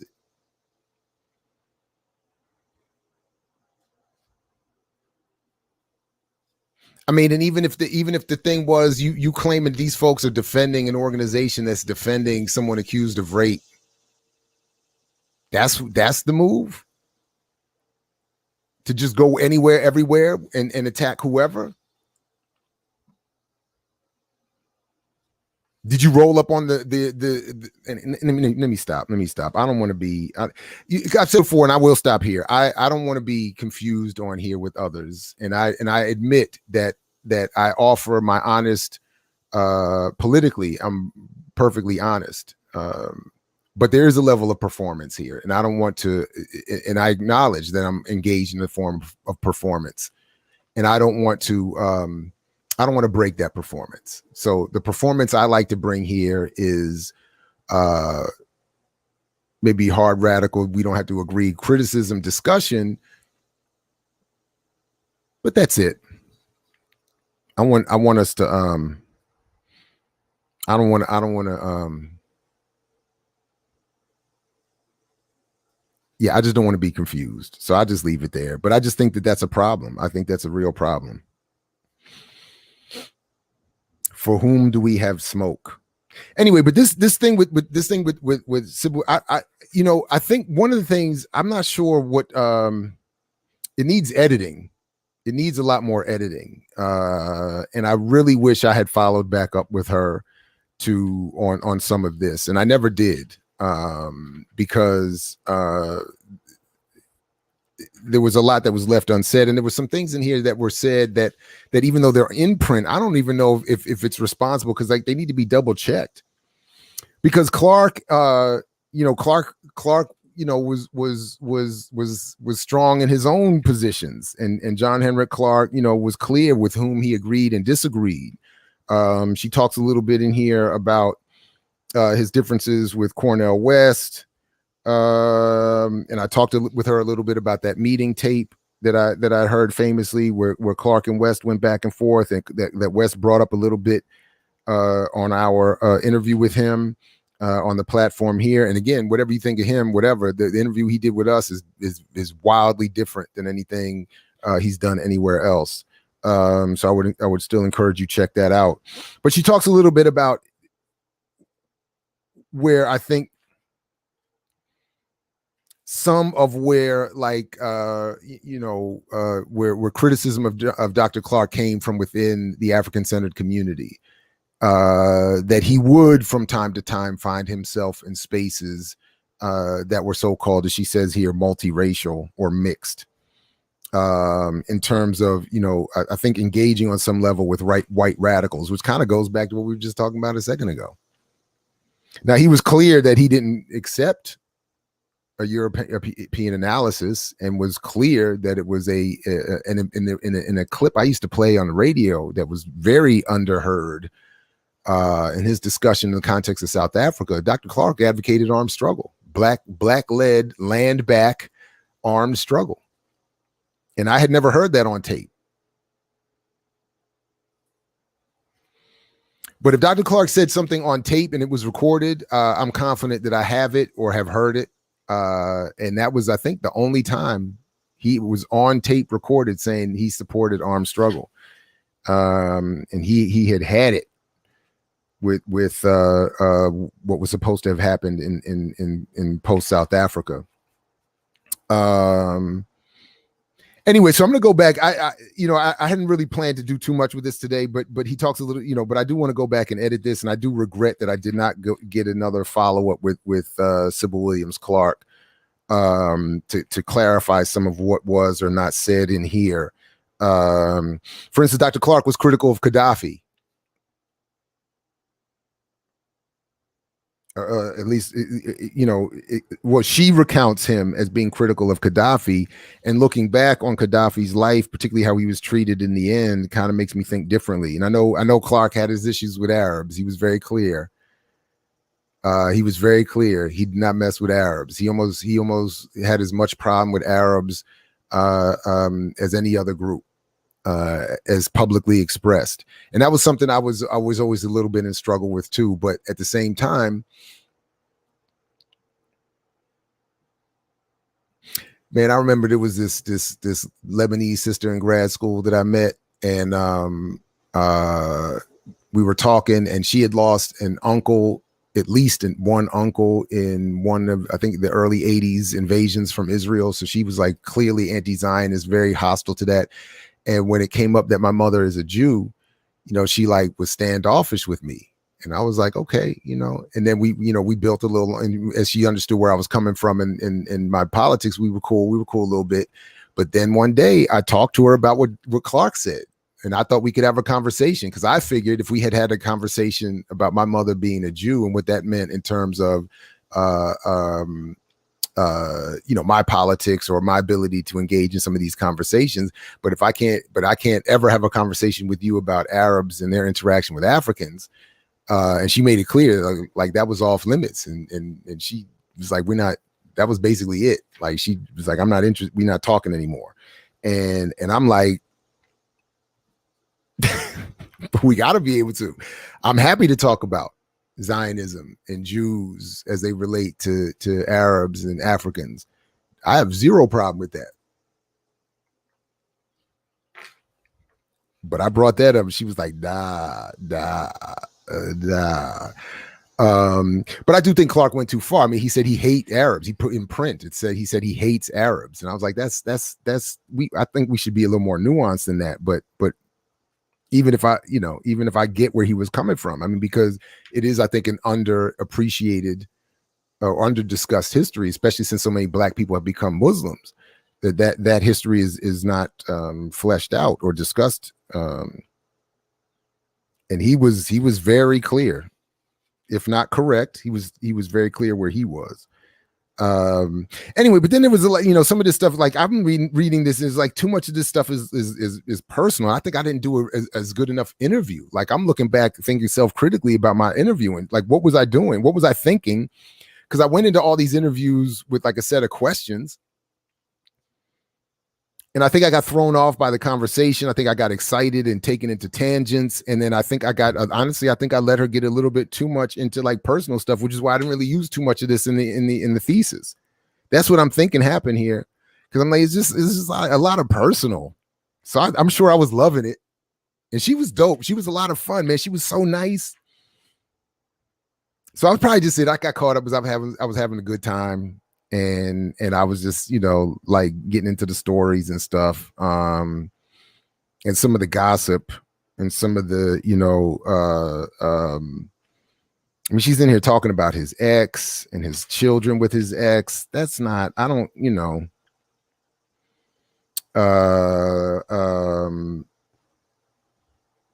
there's stuff in here with, I think with the transcription. I don't have the original audio anymore.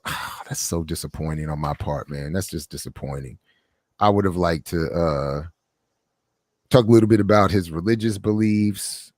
He never believed in Western religion, but we all knew that. He said they're all male chauvinist murder cults and the handmaidens of conquerors. People like a lot of stuff, like not a lot, but some stuff in here about, people who are thought and well known to be famous as Black radicals, who, according to the Clarks, were not as radical as. So I'm gonna, I'm gonna go back. I want to go back and I want to consult some folks on some of this before anything is said publicly about some of this, because some of it would be funny, and it is in print. She said it, but I don't know that. And I think that's why I didn't use it for my thesis, because I think a lot of it is not. It's more salacious and gossipy than of value. And I was trying to do an intellectual history of Dr. Clark. So what's the harm in sharing? I mean, at least in one instance. So for instance, because I don't want to, I kind of go what I was saying about the performance here. I don't want to just, I think I would like to vet some of this, because I don't want to be caught up in spreading false rumor and salaciousness about people that mean a lot to a lot of people. That's really what so I would like to have more if and then some of it I don't even think is really that necessary, like who was real and who wasn't, I'd like to, and because I don't have the actual audio where I could go back and make sure I had the context right, make sure names were recounted correctly.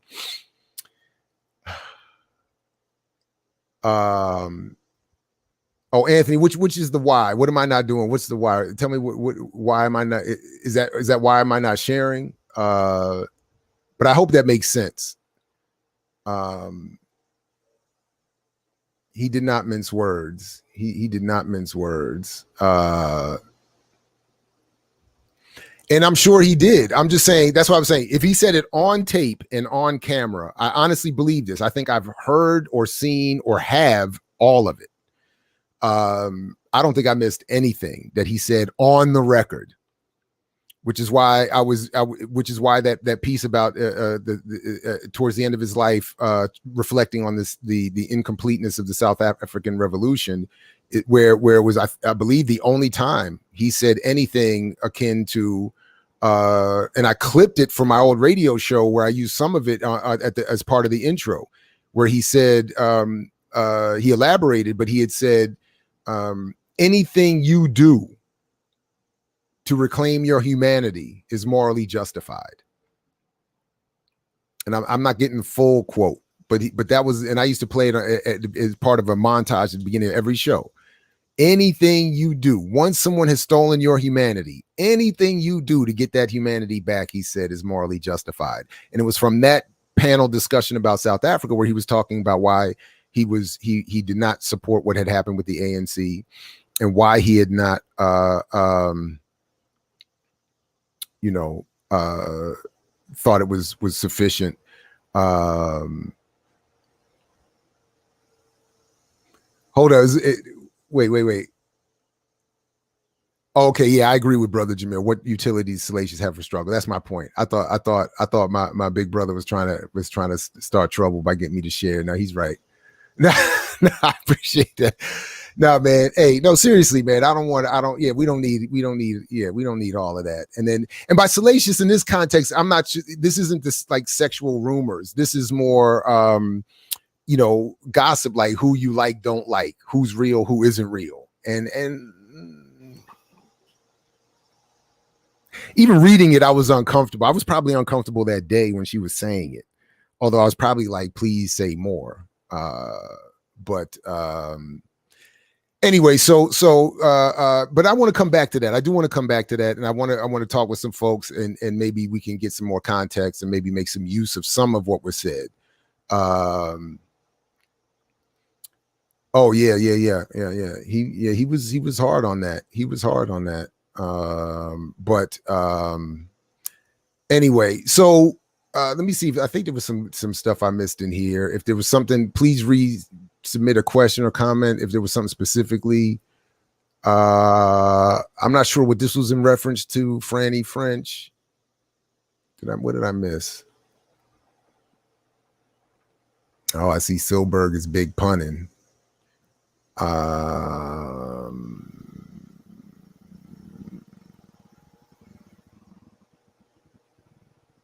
Dr. J, they shouldn't be targeted, but they shouldn't be trusted either. Oh, okay. Yeah, okay. Fair enough. I mean, okay. Anyway, so let me just yeah,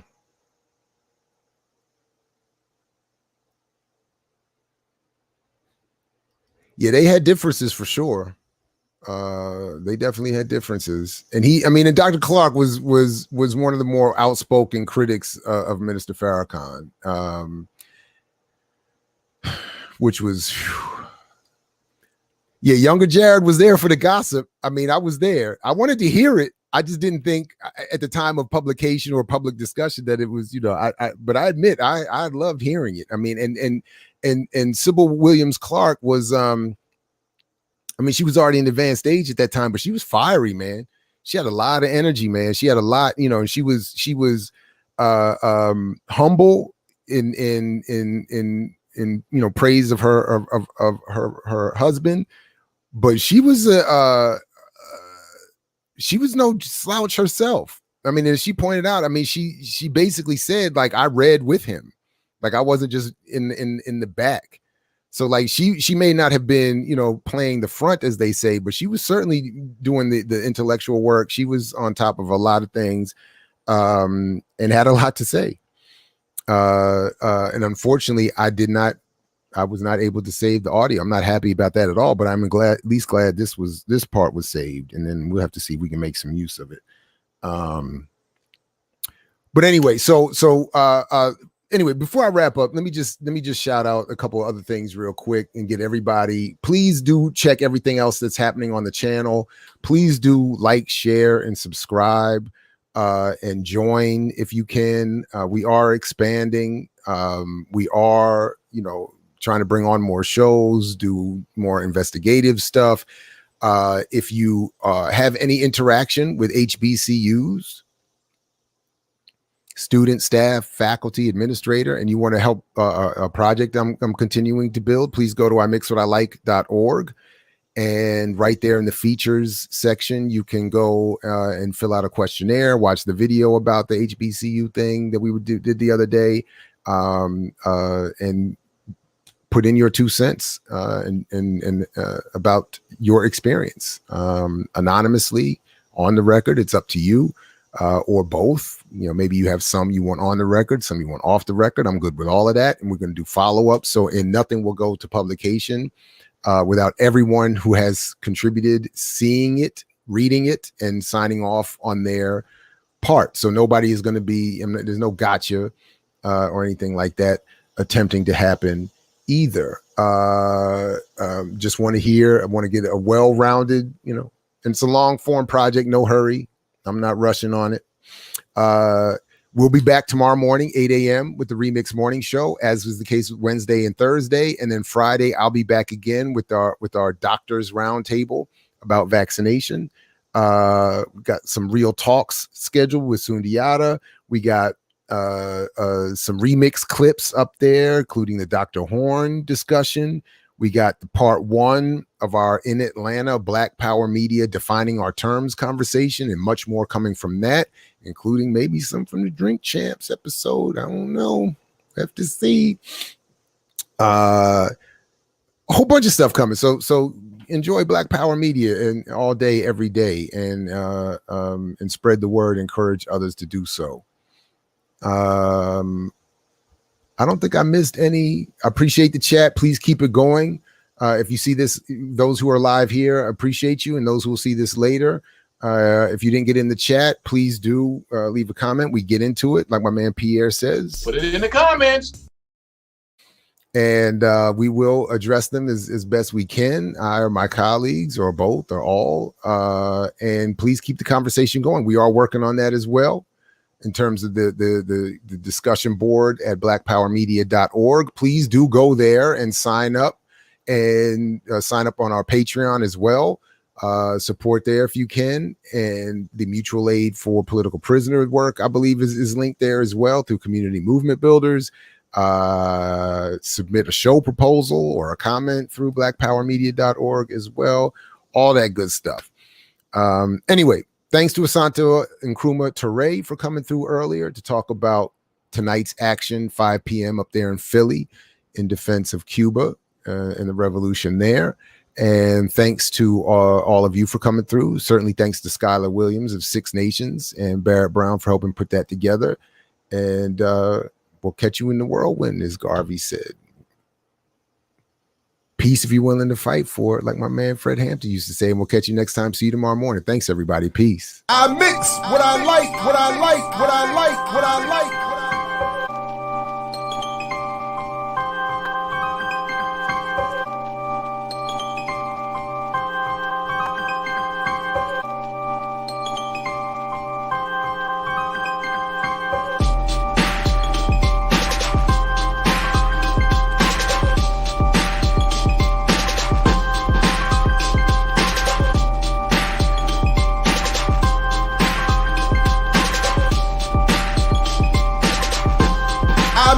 What I like, what I like, what I like, what I like.